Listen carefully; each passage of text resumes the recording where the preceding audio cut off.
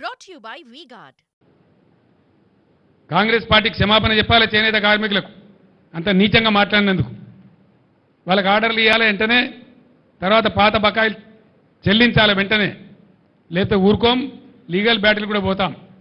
ఈ విధంగా చేస్తామని చెప్పి తెలియజేస్తూ ఈరోజు నా యాత్రలో పాల్గొనే ఎండ ఉన్నా నా యాత్రలో పాల్గొన్నటువంటి నాయకులకు కార్యకర్తలకు అదేవిధంగా వచ్చి వాళ్ళ సమస్యలు చెప్పిన రైతులకు కూడా కృతజ్ఞతలు తెలియజేస్తూ థ్యాంక్ యూ సో మచ్ అండి. ఈరోజు నో పాలిటిక్స్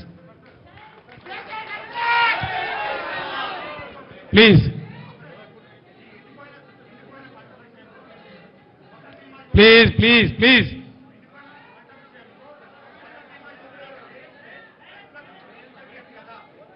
అర్థం కాలేదండి. ఆ యోజన ఉంటే కదా బాబు, ఫసల్ బీమా యోజన ఉంటే కదా, గుజరాత్లోనే దిక్కులేదు ప్రధానమంత్రి రాష్ట్రంలో.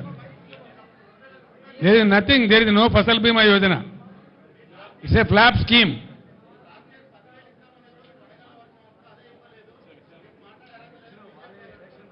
బీజేపీకి ఒక ముడ్డిమోకం ఉన్నదండి ఈ రాష్ట్రంలో. బీజేపీ పార్టీ, దానికి ఒక కథ. ఏందా బీజేపీ నాకు అర్థం కాదు. అంతకుముందు బాబు అంతకుముందు 100 కాన్స్టిట్యున్సీల డిపాజిట్ పోయింది. మొన్న అసెంబ్లీ ఎలక్షన్లలో 64 సీట్ల డిపాజిట్ పోయింది. వాళ్ళు మా కార్యకర్త మా నాయకులు చుట్టూ తిరుగుతూ ఉన్నారు, క్యాండిడేట్ కావాలని, నువ్వు క్యాండిడేట్ కావాలని.